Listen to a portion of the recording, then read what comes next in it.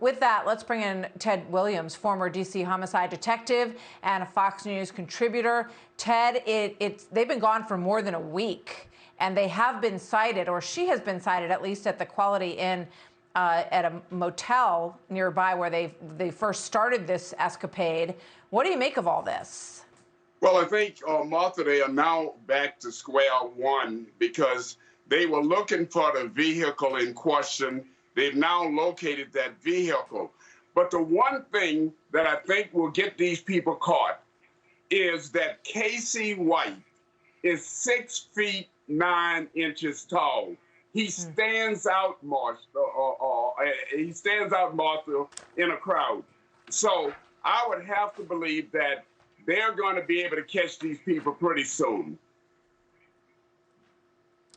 You know, when you look at this situation, they suspect that they have the two AR-15s, which she bought prior to helping him escape, or, you know, from that's what's alleged. We can see that he comes out of the door and gets into the car with her, and that's the last that we see of either of these two individuals. You know, it's sort of it's an interesting case because she lost her husband about a year ago. She's 57, he is 38, and he has sort of a notorious past with, you know, several different women. And then he tried to kill his ex-girlfriend and her sister, and said that he wanted to die, basically suicide by cop. So what do you make of the psychological dynamic that is existing likely between these two?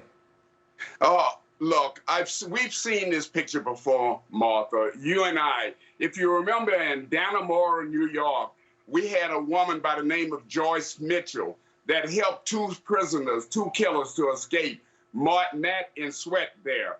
What we find in these cases is that there is a woman who's very lonely, and all of a sudden, these prisoners, these killers, they attach to these individuals because they show them some attention.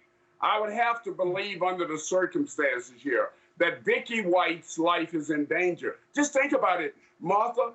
This woman was about 3 days from retirement when she took off with this man. And right now, no one knows where they are.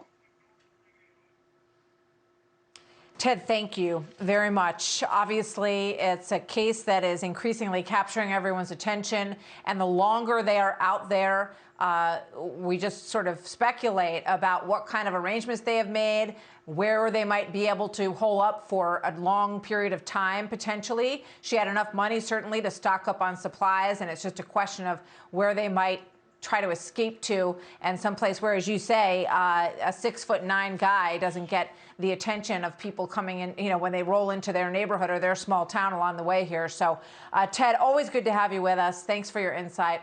Good to see you, sir. My pleasure. Thank you.